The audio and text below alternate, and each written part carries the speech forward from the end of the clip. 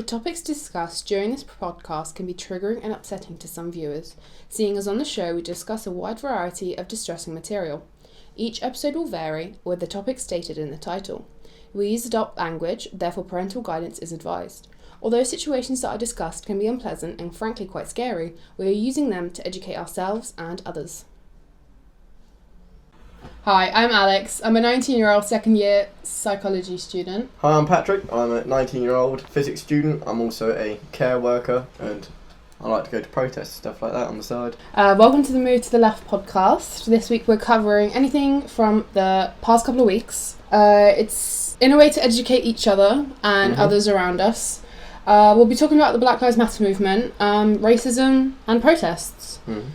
We do realise we're two white kids and we don't really have the experience to talk about those things, but our podcast, we want to include guests and we want everyone to know that we're here to listen and we're here to educate ourselves so that we can become allies. Personally, I've grown up with a lot of black influences in my life, so like my mum's best mate was basically like my auntie. She had a big impact on my life. My dance teacher, because I grew up without a dad around for lots of my life, I would like get very close with men that I knew, you know, like inspirational people. And like my dance teacher was one of them. He's going to come on and talk. So obviously these people affected me quite a bit. So when I saw the stuff going on, the protests and that, it was kind of like, if I didn't join in, that's like betraying them almost, the people that like had an impact on me. Right, I've read a few things on systemic racism, but I know that you know more about it. Well, it's not really that I know, it's just sort of someone pointed it out to me once and then you just sort of keep noticing it. Once you're thinking about it, you don't really stop noticing it. I was watching the Titan Games. It's on Netflix, and this wasn't anything to do with racism in a sense. It's, you know, led by Dwayne Johnson, but the people, there was no black women that won the female category, and obviously it's a test of skill. But still, like it's little things that you start noticing. But like, so obviously you do psychology, so you'll get this. If I had a PowerPoint and I said there's 5 different people, I'm going to show you this PowerPoint of people, and one of the people I showed you them 10 times, everyone else I showed you twice, you're more likely to think the one you saw 10 times is more attractive. And it's the idea of recognition in psychology. Obviously I've not done it personally, but I've read about it. And when you look at how big the Black Panther stuff was, so when Black Panther came out, you saw like the black communities going like, this poster is all black, this is amazing. No, I remember going to the cinema and being the only white person in there to watch it. Well, you worked in a cinema at the time. I did, yeah. So you would have seen like because I know I saw it. I saw the like black families, the kids taking photos with the poster. You've never seen. They were so excited, and it's finally seeing someone. It's the lack of recognition, because most sort of white people will be more comfortable going and talking to another white person. Exactly. And that's not to do with them being outwardly racist. It's not like they're going up to them and saying like, I don't want to talk to you. It's the fact that they don't recognise them as much because they don't have as much representation, and then people feel more so it's that kind of thing that once you learn about, you start to notice. Have you heard the show Atlanta? No. So you know Childish Gambino, Donald Glover, you know he's very vocal about like racism, stuff like that. He's a very political man.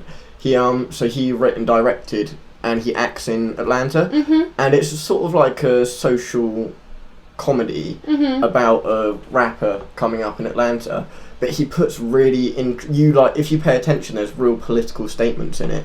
So you see like the first episode, this white guy comes up to him and he tells him a joke and he says the N-word.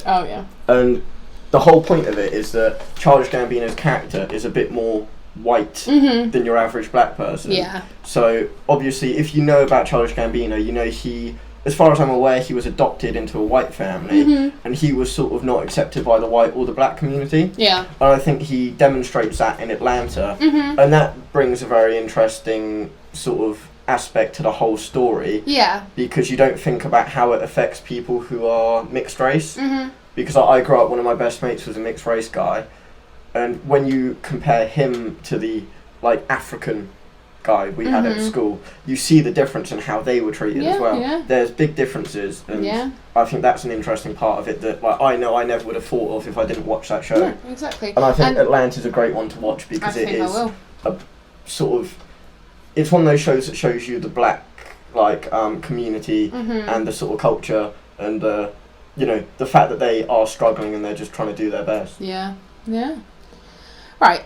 Let's go into more specific topics. Have you like seen anything about racism in medicine at all?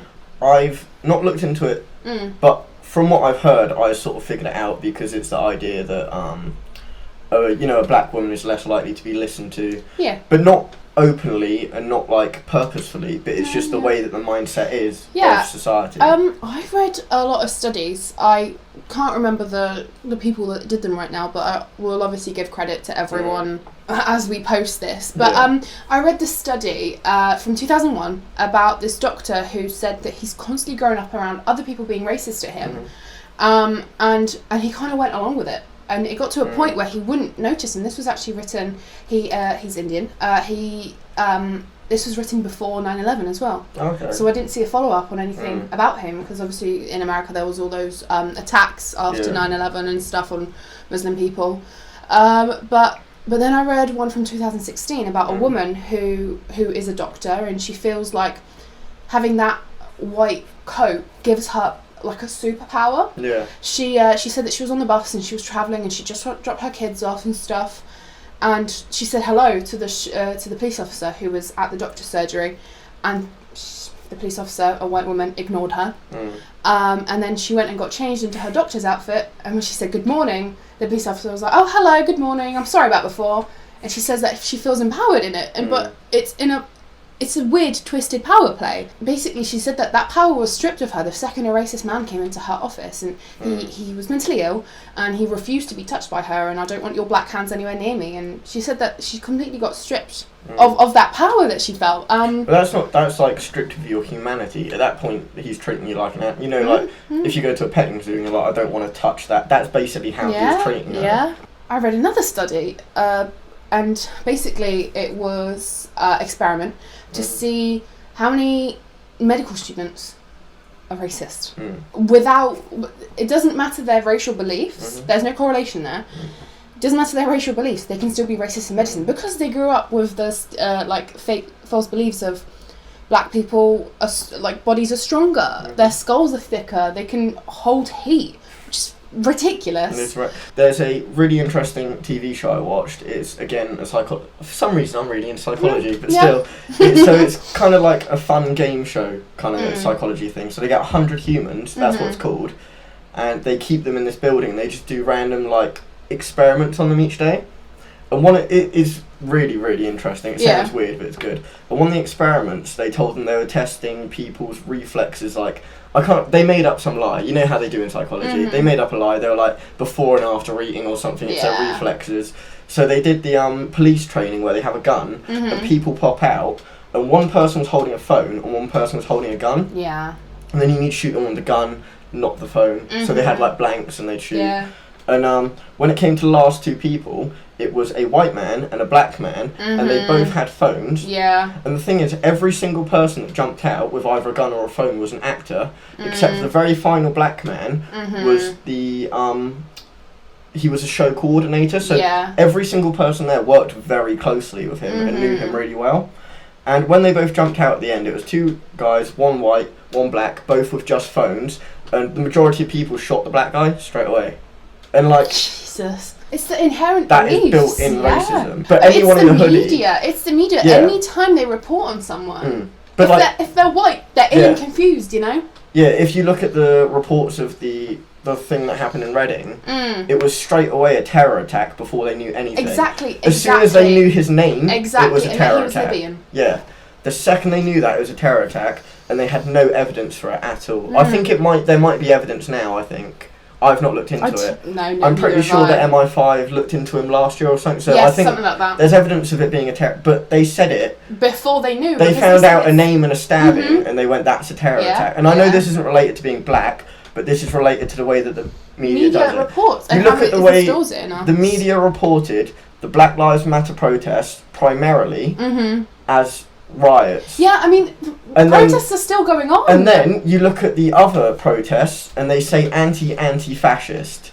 So fascists. Anti-fascist is a double negative. Exactly. So that would mean that we are anti-fascists.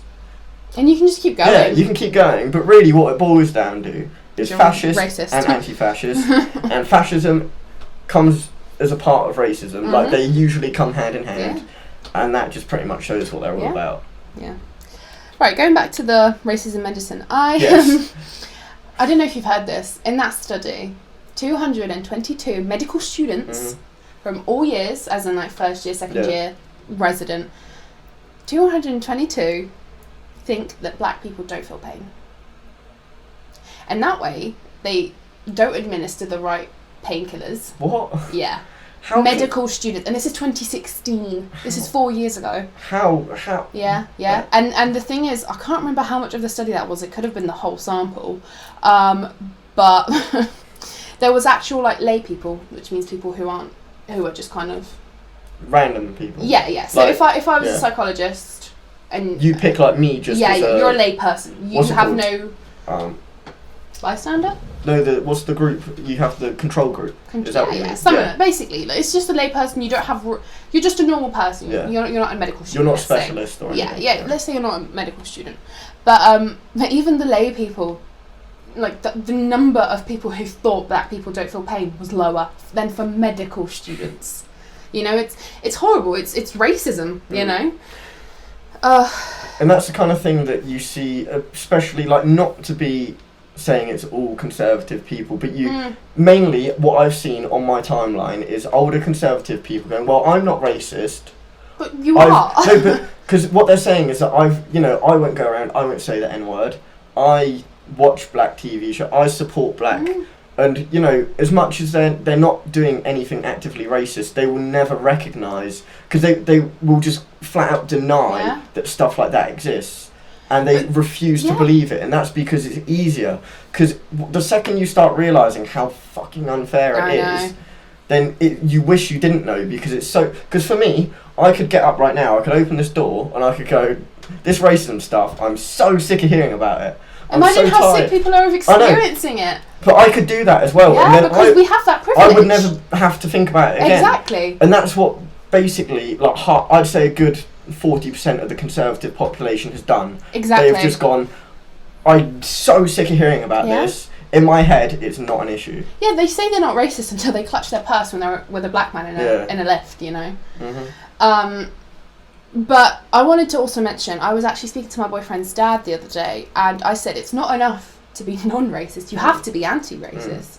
And he said that actually for this country, being non-racist is a huge step. Yeah, that's so true. We can't really expect them to be anti-racist. And what I said anti-racist to me means saying something when you see someone else being racist. I think our generation are in a great position, because when you look at almost every single person, white guy my age, is heavily influenced by either hip-hop or by rock. And both of those are black-made genres. Precisely.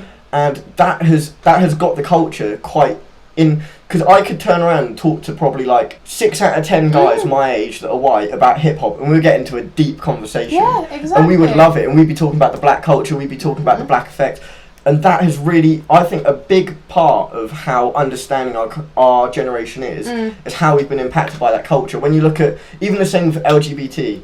When you look at how RuPaul's Drag Race is like, that's such a big thing in our... I don't even watch it, and I still know all about it. I still hear all about it. Yeah. And I think when you look at how we've ingrained other cultures into our experience, that's why we're all here fighting, because it's sort of... People our age are made by not just their own culture, they are made by the cultures around them, because we accept it so much. Exactly. And it's really good to see. And it's good that we accept it, but that we also stand with these people, because in David's song Black, I'm paraphrasing here. I love Dave.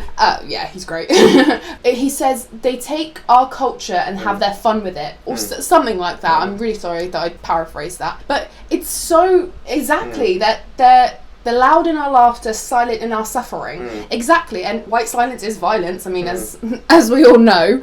But hopefully come from the generation where we can absorb other cultures, but stand with those people. The other day I was talking to this guy, and he said something like, oh, but we come from a multicultural nation. And I got so annoyed, because this is something I really strongly believe in. We have a multicultural population. Yeah. Our population is most definitely multicultural. Yeah. You're Polish, you know, so you know that you come in... Yeah. You're part of the population, but do you really feel like you're part of the culture? I don't feel like I'm English, and I don't feel like I'm Polish either. Do you have English people saying Merry Christmas to you on Christmas Eve? Because that's Polish culture. Yeah. Because that's what I say to my Polish friends. Yeah. I'll say Happy Ramadan I'll put it on my Instagram, because I don't have many Muslim friends, but I know people. I'll put it on there, I'll say Happy Ramadan. I don't know many Jewish people, I'll try and say Happy Hanukkah. Mm-hmm. A multicultural society would be one where we don't just celebrate Guy Fawkes, we don't just celebrate Christmas, it would be the kind of place where my nan would turn around and say, oh, it's Ramadan. She probably doesn't even know what Ramadan is. Yeah. We don't have a multicultural society in the slightest. No. I would love to see a society where the government recognises other cultures' holidays. Exactly. Because do you remember learning about Diwali at school? Vaguely. I vaguely remember it. I remember it was really interesting and so much fun, and it seemed like such an enjoyable celebration. But we don't do that. And I wish we did. I wish that at Diwali I'd walk out on my street and I'd see people celebrating it. And I think, I can't remember what holiday this was for, but I was actually walking in Common, or past the avenue or something. And there was just people giving out food, you know. I don't want to say what it was, because you can't. You don't want to make a mistake. Yeah, I don't want to say what race or culture they were. But they're so open. White people are so secluded, you know. Yeah. Well, like, I've always one of the people who impacted me was my mum's friend. Her mum was part of the Windrush generation. Yeah. And when she died, I went to her funeral, so obviously it was all their family and stuff, all their community. That was the most fun I've ever had. Yeah, at a funeral, this Caribbean funeral, or it could have been Jamaican, sorry. It was more fun than any white wedding I've ever been to. Exactly. It was amazing, they were celebrating her life. Exactly. And some of the stuff that I saw, though, was so, impactful. So, obviously she came in the Windrush generation. Back then it was gender-separated schools. And then you had this group of white women stood there for the school picture, and she was stood 2 meters to the side. It was if you think about that from where we are right now, 2 meters away, that's because you've got an illness. Yeah. So when you look at the way that they were viewing it back then, it's crazy. Whoa. I keep getting sidetracked, but still. No, go for it. Right, I want to talk to everyone, and you. You said that you don't know about this, about the Jane Elliott experiment. She is an activist. She is very much anti-racist and makes it known. There has been many times where older students have been racist towards people in their classroom, and she's sent them out. Is she... So she's a professor or something? She was a kindergarten teacher, I think. Oh, right, okay. But she's become an activist. Okay. So she's sort of moved on from her career. And because she's done all this anti-racist things. And it was the day of MLK's death. And by the way, I got all this information from her interview with Jimmy Fallon. Yeah, okay. They're all the same to me. But she said that it was MLK. It was the day of MLK's assassination. And she said to herself, she was ironing this flag for her students. I can't remember what it was. And she was going to teach them a prayer. I think it was a Native American prayer or something. Okay. Something like that. I'm really sorry that I can't remember. But it was the day of MLK's assassination. And she was watching the TV as she was ironing this flag. And she said, we've killed him, you know. White people, we've killed him. Because that who he was. He was assassinated by a white person. And she just said to herself that, boy, is she going to teach her children this prayer. And it was something along the lines of don't judge someone until you've walked a mile in their shoes. And she was determined to make her white school children walk in a black person's shoes. I don't think she had any black students. This was 1950, I think. Sorry, pardon me if I don't remember the dates right. But she went there, and the next day she did her experiment. She said that all the blue-eyed children are better than the brown-eyed children. This is a lady where that girl cried and she left. Jane Elliott, she's got short... Yeah. She's a god. She is I've seen some of her videos. She's incredible. Yeah, but this is her original experiment. And she went and she told these kids that the blue-eyed children are so much better and they're amazing and this and that and they're smarter, you know. And she said that she saw these sweet, loving children just turn into monsters throughout that day. You know, they weren't allowed to play with each other and everything. And then it was the same on Tuesday. And then on Wednesday, she said that the brown-eyed people are actually smarter. She flipped it. And once again, there was this huge change. And then on Friday, she was like, yo, I love you all. How did it feel? And she thought it worked, and it's quite an intense experiment. And even in that video of that girl that started crying and left, one of the people goes, you've made your point, shut up now. She goes, what point have I made? Because it's so uncomfortable that people get frustrated. But discomfort makes change. You know, I am not comfortable watching some of those videos where the black people are murdered by the police. I've been crying so often. Yeah, every time I view it. I mean, we're going to be mentioning some names that we want to bring attention to, and some have had the police officers arrested and some haven't, you know, but we'll be talking about that later. But the kids felt horrible, so how do black people feel having that hatred every day, you know? I mean, I can't say that I can put myself in their shoes, ever, because I'll never experience it. And like you said, we can walk away from racism. If it gets too much for us, we can just say, oh, bye.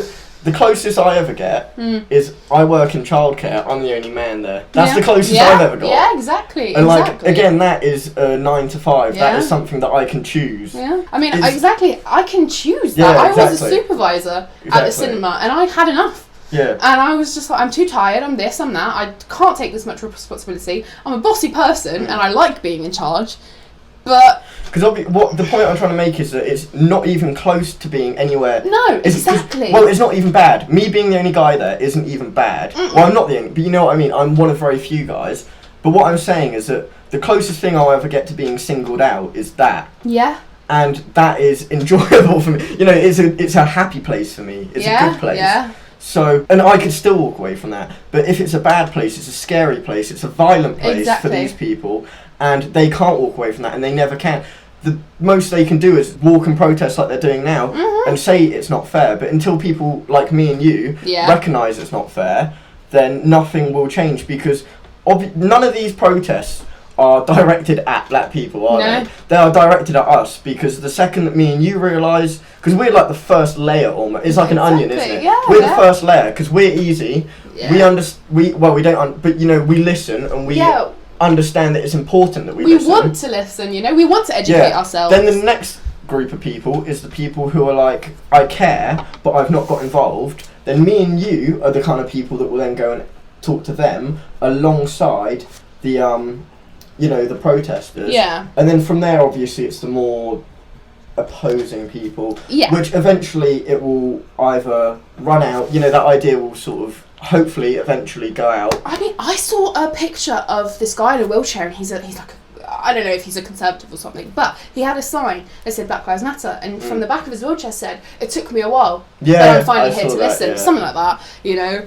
Well, because like when I'm sure he won't mind me saying this, when my stepdad first moved in, he was quite the right-wing UKIP man. Yeah, yeah. And then I've sort of explained all this. You know, at first we would have like heated arguments. Like we would get into it. And then I sort of thought, like, the more I argue with him, the more he's going like, get lost. Yeah, the more he's reacting. The more that you push, the more they react. Exactly. And I was thinking, alright, let's sit down. I'll talk to him about, you know, the people he grew up with. I knew he had quite a few people he grew up with from different races, and I was talking about that. You know, did you ever notice it with them? He was like, oh, yeah, now that you mention it. Yeah, yeah. That's the kind of thing I see. And he sort of realised slowly. And that, you can still teach a 50-something-year-old man that. Yeah.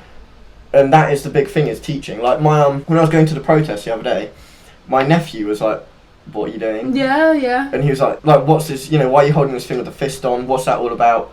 Why is your sign saying white people need to listen, or something like that? And he just didn't understand it. He's 7, so you know what young boys are like. They're very impressionable. Yeah, well, they question everything as well. They're like, what's this? You know, why is that door handle silver? Yeah. That kind of random stuff. Yeah, why? So why is that? Why? And he was asking me, why are you going? And I didn't really know how to explain it to him. So I asked him, I think it was preschool. At your preschool, is there anybody that you know who looks different than you because of maybe their skin or their family are different? And he went, yeah. And I was like, have you ever really noticed that? Like, have you ever cared? And he was like, what? What? Yeah. Like, he was like, what do you mean? Why would I care? Yeah, yeah. And he didn't get it. And I was like, well, there's some people out there who wouldn't like him because of that. And, Yeah. and he was like, why would you do that? And I was like, and I'm going out to say everybody should be treated the same, even if they do look different. And he was like, why do you need to say that? He didn't get it. No, he didn't. He genuinely just didn't understand the idea of racism. And if I had that conversation with every 6-year-old right now, there would be a generation of kids who were just like, this is stupid. Yeah, and that's how, exactly. Because if even a kid can see, then it's quite obvious that there's an issue. It's taught. Yeah. It's taught. Going back to the protest, you wanted to talk about John Boyega. Yeah, I think, because obviously I didn't quite realise he was so well-spoken, so sort of well-thought. Like, I mean, I don't know if you know, he was the friend of Damilola Taylor. I did not know that. He was 9. Damilola Taylor was 9 when he was attacked by some kids, and I think they one of those like broken bottles, and they stuck it in his leg. I didn't know about that. He died in a stairwell, but he was John Boyega's friend. I didn't know that, but yeah. So obviously, I grew up. I love Star Wars, and like I think that's interesting as well. You look at the first Star Wars; they've got aliens, they've got robots. They don't have black people. They got like Lando. They've but they did a really good job with the new ones. There's such a mixed cast and stuff. That's the kind of thing that's really important, is that there is that representation. Yeah. But then you also look at, they released the poster in China, and they moved John Boyega from the front spot and made him smaller because it wouldn't apply to the Chinese, but they had the Chinese actor bigger. So that's exactly, that's the kind of thing that is racist in itself, but nobody really picks up on. No. And systemic racism. And that's embarrassing as well when you look at the fact that the Star Wars Instagram account supported John Boyega's speech. That's a very embarrassing situation. And hopefully, really, all you can hope from that is they can't undo that. They've released the film. But you just hope that they apologise and that they see the problem, and that they sincerely mean it and make a difference. Because I think even Boris Johnson, if he sincerely apologised and made a difference... Yeah, if he made a difference, people I'm going to get back onto that later, because I emailed him. I was so upset with Boris. I had a couple of whiskies and I was like, right, Boris, I'm going to talk to you. But yeah, so you had a meeting with the local Labour Party, didn't you? Yeah, I joined that. But John Boyega. Karen. I think what really hit me with him is that he went from, being a Hollywood actor that is on billboards in Times Square, a guy who was on all the talk shows, to being just a man stood among the protests, crying and just spilling his heart out. Exactly. And he really, really humanised, I think. I think the most important thing about his speech and what he did is it showed that the people who are usually, above us, the people that are, rich, famous, the people that could click their fingers and buy a new car, they are broken by this. They are upset. They are crying. And it really sort of showed that this is a worldwide, it affects all classes, it affects all people. And I think that message just, I don't know, I guess that resonated with me in a way, because I absolutely adore Star Wars as a whole, and seeing that was just like a whoa kind of moment. Yeah. Oh, that's the best I can put it, is that it just, it was like whoa. Yeah, it's overwhelming. Yeah. I want to touch upon how he didn't know if he's going to have a career I afterwards. know. It's absolutely disgusting to me. It is. Well, because that is something that, the fact that he thought about that. Exactly. Can you imagine a white actor thinking about it? Well, I stood up and spoke on the local protest. It didn't go through my head I could lose my job. Exactly. Why would I even think that? Exactly. That's crazy. It's overwhelming. We want to talk about protests now. Yeah. So, I went to the local one in Southampton. I also went to the one about 30 minutes away in Bournemouth. And obviously both protests, amazing. It's a protest for Black Lives Matter. But what I did notice is that, so the Bournemouth one was, as far as I'm aware, I could be completely wrong, but from what I've learned, the Bournemouth one was organised by a local, it's almost like a humanitarian group. I think it's called the Unity Movement. And again, could be wrong, but from what I know, it's mostly a group with people who aren't black. Yeah. Like, leading it. So I don't know if they're white, where they're from, but from what I saw, there wasn't loads of black people. And whereas the one in Southampton was ran sort of by the black community. Yeah. And the one thing that I did notice is that there was a lot more, like I said with the funeral thing earlier, there was a lot more, even though it was a protest, there was more celebration. Yeah. There was more sort of, you know, them going up there saying like, we are powerful, we are strong, we are beautiful, playing music, dancing, that kind of thing. Yeah. And then, whereas the Bournemouth one was a lot more serious, and again, that's not a bad thing, that's not a problem at all. But I think it was interesting that even in the protest, you can see the difference in cultures. Yeah. I thought that was worth bringing up. I found that really interesting. But so the protest in Southampton was more getting people to come up, talk about why they're there, talk about their stories, that kind of thing. And then the one in Bournemouth, they did a bit of that, but the main bit was a march. Yeah. So I think that, again, that's probably plays into why they're very different, is because a march is a lot more sort of, not serious, but a lot more... again, not mean. I don't really know the word. I don't know what word to use. But do you know what I mean? It's a different. I do. It's a whole different vibe, isn't it? Yeah, the two? Of course. I mean, did you see the Brighton one? They were all socially distanced, and it was silent protest. Yeah. You know, it was great. The reason I didn't go to a protest, I was in a high risk household. I don't want to put anyone else at risk by me going somewhere. But obviously, it's a pandemic. Couldn't do much about that. But I did as much as I could online, and I know for a fact I annoyed my family, my friends. Yeah. And I don't care. It's not something that you get to choose. Yeah. Personally, to me, it's wrong. I'm going to do something to help, and now we want to move on to why we wanted to get involved. Well, I think another interesting thing as well is that a lot of people that I've seen speak up were very quiet people. Like they're not the kind of people that would talk up about many things. Most of some of the people from our school that were posting, I was just surprised. It's people that I think, and that shows how far this has come, is that the people that wouldn't usually even post their favourite football team winning, they wouldn't usually post, you know, them graduating at school. They didn't post prom pictures, but they were posting this. And I think I was very pleasantly surprised. Really impressive, the impact that it's had on some people you would never imagine. Yeah. It's nice to talk about the lighter side of these situations as well as... Of course. And that's precisely what the media's doing. They're not covering the fact that the protest is still going on day in, day out. But they're not violent, so no one's doing anything. I think it was BBC South covered the Southampton protest. Yes. First of all, they misquoted it completely. They reported it... I don't remember exactly what happened. Neither do I. But they... basically just put words in the organisers' mouths, and also they sort of, I don't know if it was on purpose, it could have been a complete mistake, but the angle they took the photo, it looked like everyone was basically having a cuddle. And it wasn't like that. It wasn't perfect social distancing, but there was certainly a distance, and you know, they didn't include the bit at the end when everyone was dancing. So we made a big circle, and there's people going in the middle dancing. They were playing like Kendrick Lamar or you know, those rappers that speak about it. And it was just such a nice experience. After that whole protest, people crying, people speak. And then we did a little march around like the square, and then we played music, and it was so nice. It's like a community feel. Nobody's spoken about that. No, exactly. And I've seen it in London, I've seen it in, I think, Brighton, I've seen it up north. There has been lots of people getting together and dancing. Yeah. And why is that not on the media? Because that is such a nice thing, isn't it? I mean, can I ask what the police was like at the protest? Because amazing. We all saw... It was, I must admit, it was amazing. From what I know about the Southampton one, the police basically said, we'll have people nearby, but we don't want anyone going there. No. And I think they had 2 police officers walk by who literally just waved and said, like, well done. Was it someone in the crowd that was sounding a police siren when people were cheering, or was it the actual police? So when I watched your speech... Oh, it's the people that had the megaphones. They were setting off... When they agreed with something, they were like... So I thought it was police cars.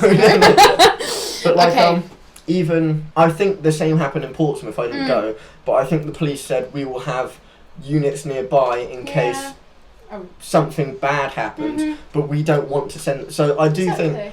I know the UK isn't innocent, but I think it's obviously they're a bit, at least locally. There were select parts, exactly. At least like locally, London. That was really good. Yeah. And that made me quite happy to see. Can we just do a disclaimer that in no way do we condone violence at these protests? Yeah, obviously. You know, rioting, looting, none of that. And as much as I just praise what the police done, I 100% think defund the police, change the system. Yes. Just saying. Coming episode 6. Obviously, yeah. But I'm just going to quickly put a bit in there. When you look at, I have family members with drug addictions. Recently, we have put more funding into the rehabilitation stuff, and my uncle, who was on and off the streets since I was born, is now living in a flat and has a relationship with someone with a child. Perfect. And you would have never imagined that unless they redirected that funding. Exactly. And it's defund the police doesn't mean abolish the police. And when people say that, like, you know, ACAB, all that stuff, it's not that people say, oh, but my dad's a cop, he's a nice person. Your dad is a nice person, he can carry on to be a nice person. It's a whole system that he's defending that has very horrible, evil powers, that is rooted in quite sad and horrible history.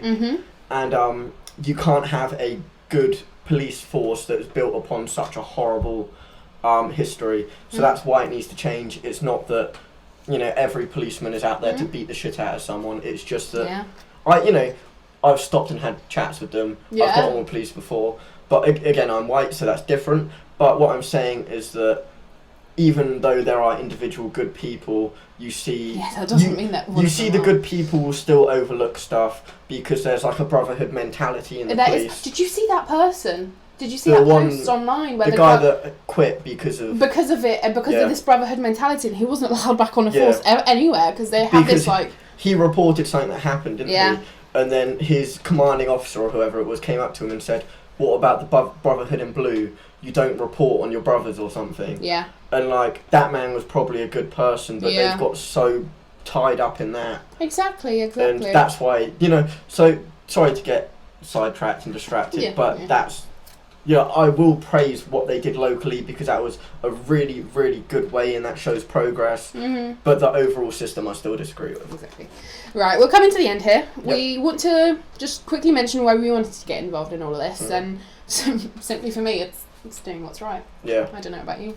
But obviously you said you have influence. So obviously, I'll go into it in a bit more detail. So when I was younger, I had an absent father. My stepdad came along at some point, but I did have that portion of growing up without a man around. So I would quite often, you know how the psychology of it would all work, I would see a strong man and I'd cling to him and I'd be like, you're my inspiration, you know. Yeah. So when I'd have these people around, and, you know, when I think of school, I was in year 7, there was one of the guys that were in year 11, he was this black guy who was in my tutor, and I just thought he was the coolest guy around. I just thought, whoa, you are so, like, grown up, you're so mature, you're only in, even though in year 7 I was like, oh, you're a big year 11, but, you know, you're only in year 11, and you're still so mature, you're so grown up, and when you look at especially black teenagers, I think in general, they are much more mature.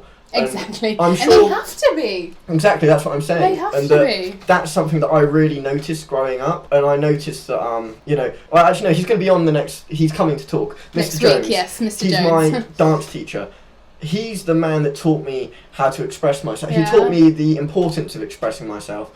He's one of the strongest, most level-headed, powerful men I've ever met. Yeah. I have never met him. But I've never met someone with such a strong mindset, so determined, so driven, yet he cried in front of our whole school. I remember. He told a story about racism within his family members' experience, and he cried. A fully grown man cried in front of a school of like 1,000 kids. And that for me... I cried myself. So many people cried, but for me... That taught me the importance of like expressing yourself emotionally. And if I didn't come out now and express my emotions, I feel personally I'm betraying that man because I remember after the assembly, me and him were quite good friends, and like we spoke about that, and I remember crying like with him. If I can't imagine me not saying something now after seeing that. Exactly. I can't imagine it. After having such a strong individual front, I remember him for a whole. But that feeds back to what I was saying earlier with the idea of representation, because if I wasn't so used to having these influences from outside my own community, I'd like to think I would have found my way eventually.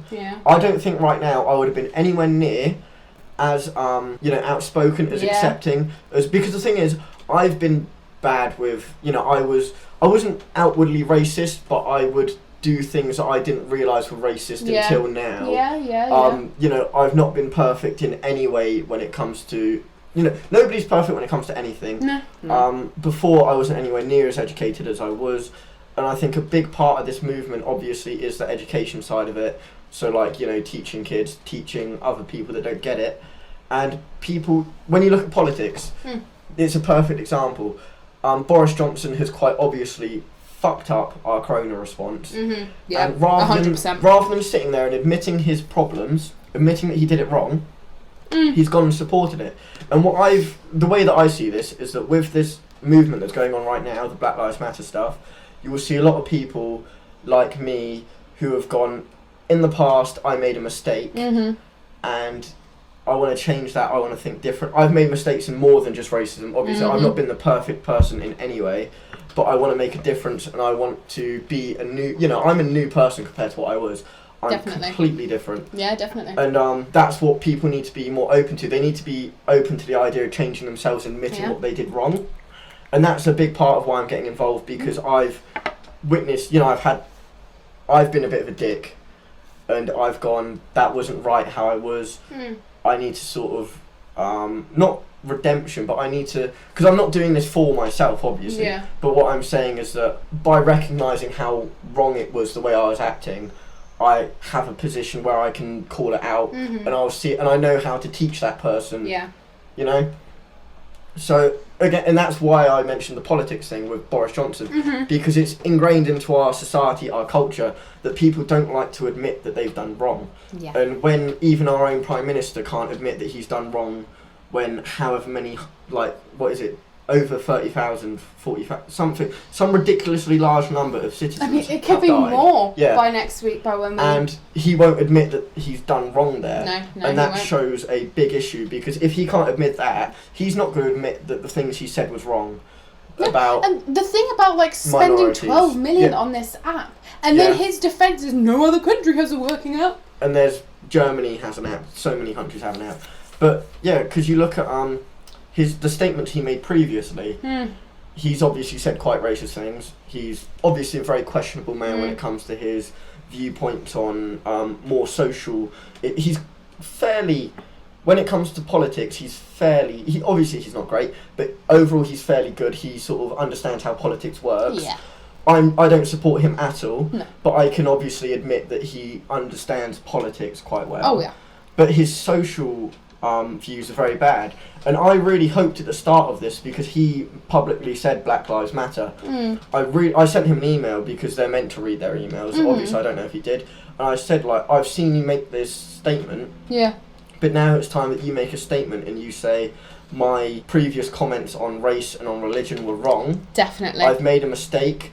I wasn't as educated as I am now, and I'd really like to support the other cultures within the community I'm meant to represent. And if you could, can you imagine if our Prime Minister, who was quite racist in the past, came out and said that? That would be so impactful, because as much as, if we just had a non-racist Prime Minister in the first place, that would be better. I mean, for him to, however many years ago this was, it doesn't matter. He called people pickaninnies and who have watermelon smiles, and he called Muslim women letterboxes, you know. And so obviously he'll never fix and how that. We should colonise Africa once again. I mean, it's he'll never undo that, and he'll never fix that. But he could acknowledge it. Exactly. Acknowledging it is so big, it's so important. And I don't think, until you start to acknowledge stuff like this, you don't see the impact it has. Exactly. Because it really does make a difference. Talking of acknowledgement, we want to once again reiterate that we fully understand our white privilege. Yeah, of course. It's really horrible that we have a voice in this society, and in no way do we want to take the voice away from people of colour. We want people of colour on here, so if you write to our email, which is on the screen right now, or... Wait, did that work? I hope that worked. or in any of our social medias, we want, to hear people's stories. Yeah. Obviously, for this specific topic, we're talking about black people. But of course. When it comes to any topic, because there's things that you know more about, I'm not very well versed with the feminist idea, all that stuff. We're going to be having an episode on women as well. Yeah, and obviously being a man, I've made my mistakes, I've done things wrong. And but the thing is, because again, when it comes to racism, it's the same with this. Men aren't really taught the impact of their actions. They aren't really, and obviously this is getting sidetracked, but it all... Protect your daughter, no, teach your son. But it does, exactly, but it does all relate, because Actually, that ties into something I'm going to mention in a minute, the protect your daughter thing. But obviously, I've learned that when I'm drunk, I'm a bit more I'm more interested in women, you know? Yeah. And I will probably say, do you want to come over here a bit too many times? And I've learned that, and I've gone, I need to stop drinking. Stop drinking. I can't act like that. No. And but that's the kind of thing that, rather than having a talk to your son about how to put on a condom, you should be saying, how do you talk to this person before you're trying to put the condom on? Do you get what I mean? Exactly. And that's something I never learned, and that I wish I learned, because I would have treated people better in the past. And I can't undo that I've treated people unfairly, but I can say to I've apologised, I've said the way that I used to act was wrong, blah blah blah, you know, and now all I can do is teach other people. Do you know what I mean? That's all I can do. So, we have gotten to the part of the podcast where we want to mention some names. This will be very sad. Yeah, we do need to put a little disclaimer there that it is quite intense topics, what you're about to hear, and quite upsetting, so obviously don't listen to this bit if that kind of thing upsets you, but I think it's necessary. Right. We're not going to put any images up, are we? No. Apart from their faces. Yeah. So the first person we want to say, and who you might have seen in the back here, is Breonna Taylor. We want to talk about her story. She was an EMT and an ER tech, and she wanted to be a nurse. She was working in 2 hospitals in Louisville. I don't know how you say it in the UK. Louisville, I think. Lewis? Is it? I'm pretty sure it's Lou. I'm not American. Why are you she lived with her boyfriend, Kenneth Walker. She had a whole plan on becoming a nurse and, you know, buying a house, starting a family, and she died at 26. It was her birthday a couple of days ago. She died on March 13, 2020. Using a battering ram, police officers, whose names are Jonathan Mattingly, Brett Hankinson, Miles Cosgrove, broke into her apartment and woke her up, obviously, so she asked, who's there? After which both of them received no response, and police fired 1 round, and that's when her boyfriend fired back. He's a licensed gun owner, obviously, it's to protect himself, in America. This is England, we don't get that. But, the police officers were plain clothes, by the way, didn't announce themselves. And the boyfriend, legally, of that was, just point that out, he was allowed that gun. Exactly. It was meant to be there for self-defense.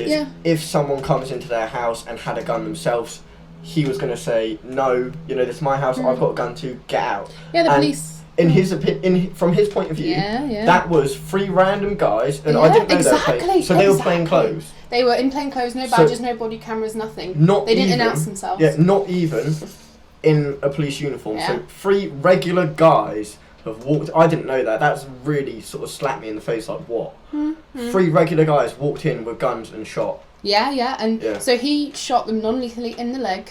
After which they fired over 20 rounds blankly. And 8 of those hit Breonna and killed her. I don't know if you've read about this bit. This is something I found out today. So there was a indirect report of drugs. I think saying that was like their flat was a drug den. So like obviously a mistaken report. They were checking. They were searching the area for 2 offenders that were already in police custody. And the thing is, as well, so apparently they got their warrant to go in, no knock warrant. Apparently, I don't know how true this is. I got this off online. I read it, but apparently it was because the post office reported suspicion of drugs in their post. Yeah. And when the post office was asked, apparently that never happened as well. So they got this warrant off of what appears to be a complete lie. And broke in and just killed her. And there's no 2 ways around that. They broke into a house. Yeah, they had a no-knock warrant or something like that. And it's Breonna's law, isn't it called, I think? Something that they've stopped doing no-knock warrants. Yeah, hopefully, which is good. We'll see. I think that's passed. I don't know. Yeah, this is all the information, by the way, from @LauraMulch on Twitter, and we'll be posting the information that we got on our Instagram as well. The next person we want to mention, obviously, please... sign petitions, everything. We're going to be linking those as well to get justice for all of these people. Charles Kinsey, the next person, in I think 2015 or 2016. He is still, I think, a mental health therapist. He was getting his mentally ill patient who had run away from his group home. He was retrieving him, and obviously it was passerby thought it was suspicious behaviour, so they called the police. And Charles Kinsey, a black man, was on the floor with his hands up, and he was trying to defuse the situation, and the police officers still shot him because he was black. He had no weapon, unarmed, everything. The police officer's name was Jonathan Elliott. He has been arrested, I think, and something was passed. And luckily, Charles is alive, but he had his hands up, you know. He wasn't doing anything. There shouldn't be any luck in the fact that he walked away from that. Exactly. Luck shouldn't Absolutely be involved. not. He shouldn't have been shot. You see what? But the fact that when discussing his experience with police officers, we are saying he is lucky for walking away. Exactly. That is possibly one of the most horrible sentences I've ever heard. The fact he is lucky to walk away. Yeah. That shouldn't be something. No. That's the kind of thing that you would expect from a third world country that is at war with itself. You know what I mean? Which we'll be talking about as well. But that's the kind of thing that you think, okay, I can not understand, but you aren't as surprised hearing it from that. But the fact that it's normal for us to talk about America and say that this man is lucky to walk away from the police. It's horrible. And that's meant to be the leaders of the free world. Exactly. That is meant to be the land of the free. Yeah. And this man is, I'm going to keep saying that, this man is lucky for walking away from the police. I know. Next person I want to say, please be advised, this is quite intense and quite horrible to hear. Darren Rainey was a severely mentally ill inmate who was boiled alive by 4 prison officers. They stuck him in a shower at 180 degrees, and you can look up pictures if you can stomach them, with, you know, his skin literally peeling off. Just it came off, really. Other inmates said that he kept pleading the 4 officers, you know, to take him out, to stop this, that he couldn't take it anymore, and they laughed and asked if it was hot enough. And he died after 2 hours. The next person I want to say, the fact that could go on for 2 hours as well, like a couple years ago I spilt a kettle all over my chest, and I had to rip my shirt off, and I was crying for like a good hour. How could that water keep going for 2 hours? That is the fact that they can hear someone cry and plead. I want to talk about Rayshard Brooks next. He was shot in the back whilst under arrest for a DUI, and he wasn't in the car. Which one's a DUI? Driving under the influence. Oh, right. And he wasn't even in his car. I think he was sat in his car, but he wasn't driving. He was 27, a father of 3 girls and a stepson. And the officer who shot him is facing a murder charge. Okay. So I guess there's that. But that's only because there was a body cam. Can you imagine if there wasn't? Well, how many are there without, like... Oh, I know everyone says that, but... What do they really do when they don't have body cams? Robert Phillip. He was a young black man who was lynched a couple of weeks ago now. There's been about 4 more since then as well. Yeah. And it's all the same story. Exactly. Police have ruled it as a suicide. Seems very suspicious, obviously, considering... Why would he hang himself in such a public place? I've never heard of a suicide where... Because, to be fair, it's happened a couple of times in the parks near us. Yeah. But that has been so deep within the park that it's taken a couple of days for a dog to find. Do you know what I mean? Exactly. And nobody is going to do that because you're going to see it. Someone's going to stop you at the end of the day. If you're doing that in if you were hanging yourself in public, I'd like to think at least... that someone would see that and stop it, and it was outside like a city hall or something, wasn't it? It's in Los Angeles County, I think, and there's been 4 since. And but when you look at it, there was some people saying, "What about CCTV imaging?" And the police said there wasn't any cameras pointing at it. Someone went on Google Maps and found 4 cameras pointing at that tree. Precisely. I mean, we saw it done, and this is a dumb example, but if a film like Ocean's 8 can show you how they can move a camera very slightly every day, so you can't see someone stealing something, How, you know, in today's day and age with all these people like being so technologically advanced, how's that possible? And well, when you think about it, the technology we have right here on the table, this is the most modern in terms of like what the general public has. Yeah. So the leading people in technology, obviously this speaking from a physics standpoint, some of the technology I have seen, I don't even believe exists. Precisely. So when you think about what they own and what they can do, obviously they could switch off a camera like that. Exactly. It's not hard to guess that something has happened there that is being covered up. You can just tell. And not to sound like a crazy conspiracy theorist. No, of course. But because I don't want to take away from the legitimacy of this. No, absolutely not. No. But it's quite easy to guess that there is something not quite right about that story. And considering, I don't know if you heard this, a mannequin was stuffed to look like a police officer and hung somewhere in New York, I think, across a traffic light. And the media called that a lynching when it's a mannequin, but not when it's a live person. The next woman I want to talk about is Sandra Bland. She was an activist who spoke about many pressing issues, most notably police treatment of black people. And a few days later she was arrested in a traffic stop and was found dead 3 days later in her cell. People say that in her mugshot she was already dead and that they got actresses in, but you know, obviously the police have denied that, and there's supposedly a person who was arrested next to her who said, oh, I heard her cry, and you know, she was still alive in the cell and she's supposed to commit suicide, but I don't know how much truth is in that. There's pictures of her supposedly being dead. I mean, her hair didn't stand up, you know. If she was standing up, it would fall down, but in the picture her hair's like this, you know, which isn't possible. I mean, if, you know, my hair wouldn't do this if I was stood up. But they've said that it's fake and that it's hurting their police officers. And her bail was set at $5,000 for a traffic stop. So if that doesn't, and even now these people that are getting arrested at protests, they're black people have bails at $500 and white people have it at $50. But and again, when you look at that, even just paying £50 to get out of a jail for protesting is wrong. Let alone 500, let alone 5,000. When you look at, you know, some of the war crimes throughout history, they sort of started off with things like this, where people getting arrested for a protest. Then they're paying, you know, bail to get out of it, and the next minute, you know, there's violence towards the protest. If you look at Winston Churchill's rule, there's protests in Greece. It started off, they were like basically trying to control them. Next minute there was a shooting. Winston Churchill ordered that.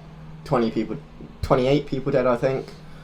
So obviously I'm not saying I'm not trying to put this onto that conversation. No, absolutely not. But I'm just saying that like that is the start of when horrible things happen. Is that because they will then get drunk with power. If you look at, is it the Stanford prison experiment? Yes. So obviously, first of all, they get the power of being a police officer. Then they start to use it a little. Now, obviously, this isn't everyone. I've had, again, like I said, conversations with lovely police officers. Of course, but can I just mention to that experiment, those people got drunk on power, and it doesn't matter who you are. I mean, same with Milgrams Experiment, and I can cover this if anyone wants me to, of course, but those people were put in a position of power, or they were told by an authoritarian person to do something. Yeah, well, when you look at Stanford, it's social labels. When you look at it as well, labels. It's there's one group of people. It's not even two groups. It's one group. They're collectively the same group. And then there was a coin toss or something, wasn't there, to decide who... Yeah. It was completely it was randomised. Who was the... police officer and who... Or no, it was jail guards or whatever. Who was a prison officer and who was a prisoner. Officer, that's it. And they were matched by... athletic ability, so they were all up to it, and they all had mental health. And people who were prisoners, there was one guy who cried uncontrollably from 36 to 48 hours, something like that, and had to be removed from the experiment because of this power that the guards were exerting. It isn't police officers, it's the power that they're That's given. what I was talking about earlier, is that yes, you know, the ACAB thing, yes, that's true, but not because they're bad people. It's because of the position that they're in is a almost unholy position. It's a, you know, it's a scary position that more, again, they don't have as much power in England, so it's not quite as bad. But, like, I would be so uncomfortable if I was American. Yeah, because 100%. I still, so many people, when you're driving around, when you have a police car drive past you, you don't feel protected, you feel uncomfortable, you're thinking, oh, what's my speed? Oh, yeah, do I have a seatbelt on? Is my phone put away? You're feeling uncomfortable. There's still that power. And then now imagine it's like that, but they have a gun. I would be so scared to be American. In this sense, I'm so happy that we don't have guns over here, and that's a whole other debate. But so that's what I'm saying, is that there is a whole problem with power. With power, it's not even about the police, it's the power that comes with that term, I guess. It's not, the focus of it shouldn't be the police, but the police is the easy example, and that's why it's such a popular one. Yeah. So the last person we want to speak about and bring light to is Elijah McClain. I can't bring myself to talk about it. It's absolutely heartbreaking, and I do apologise if I cry. But Patrick, if you'd like to. Yeah. So I read up a lot about this. I'm doing this without a script, so I may. What's the word? Where you reference it quite loosely. Paraphrase. I may paraphrase and stuff like that. But so basically, first of all, I'm going to tell you the bare version of the story, like almost the police version of the story. Then I'm going to tell you the full story. So police version is, there is a 911 call.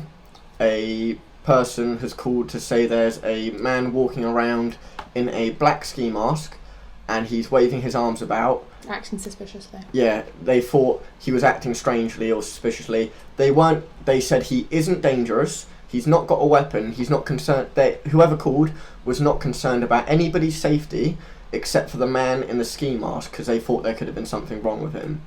They didn't say that, but that was the consensus that they got. That was the sort of meaning of the call. It was a very there was a lot less detail than what I just said, but what I've just told you is sort of the meaning behind the phone call. The meaning of it was more of a welfare call rather than a people are in danger call, if you get what I mean. And the police came, and rather than talking to him, they got aggressive. I think they threw him against the wall.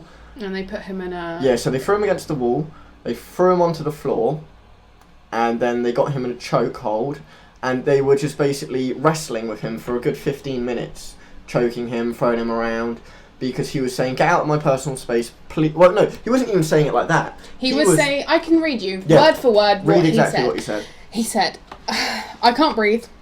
I have my ID right here. My name is Elijah McClain. That's my house. I was just going home. I'm an introvert. I'm just different, that's all. I'm so sorry. I have no gun. I don't do that stuff. I don't do any fighting. Why are you attacking me? I don't even kill flies. I don't eat meat, but I don't judge people. I don't judge people who do eat meat. Forgive me. All I'm trying to do is become better. I will do it. I will do anything. Sacrifice my identity, I'll do it. You're all phenomenal. You're beautiful. And I love you. Try to forgive me. I'm a mood Gemini. I'm sorry. I'm sorry. Ow, that really hurt. You're all very strong. Teamwork makes the dream work. Crying. Oh, I'm sorry. I wasn't trying to do that. I just can't breathe correctly. And he proceeded to vomit from the pressure on his neck, after which he passed out. The medic then took him and injected him with ketamine, which twice the normal amount that a horse gets, rather than this 132-pound boy who's 23. Yeah, so now going into more detail, this man was Elijah McClain.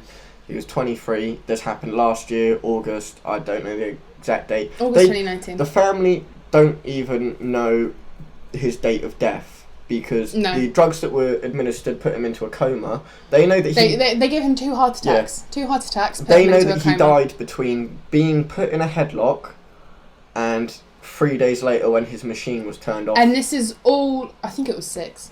It doesn't matter. I thought regardless, a black man was put into a coma because he was dancing. Yeah, and now when you learn about the actual story, Elijah McClain was at home. I think his cousin... Yeah, I think it was his cousin, said, I want an iced tea. He said, okay, I'll go get you one. He put on his music, he put on his ski mask because he has anemia and he feels the cold more than the average person. And I'm assuming it was later in the evening. and he's put this mask on, and he has walked to the shop. On his way back from the shop, he's listening to his music, and he's dancing, and every time since I learnt about this, because I'm quite like that in the way I'll put on my music and I'll dance up the road. I can't do that without thinking about him. No, I can't. And he died dancing. So this man was walking up the road dancing, and because someone was concerned about him, they called the police. And from that point of view, it's quite an innocent story. And then next minute, the police attack him. And if you know, this man was a massage therapist. This man he was a boy.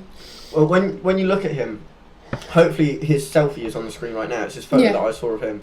And we'll include the video of him coming in somewhere as well. He had so much life.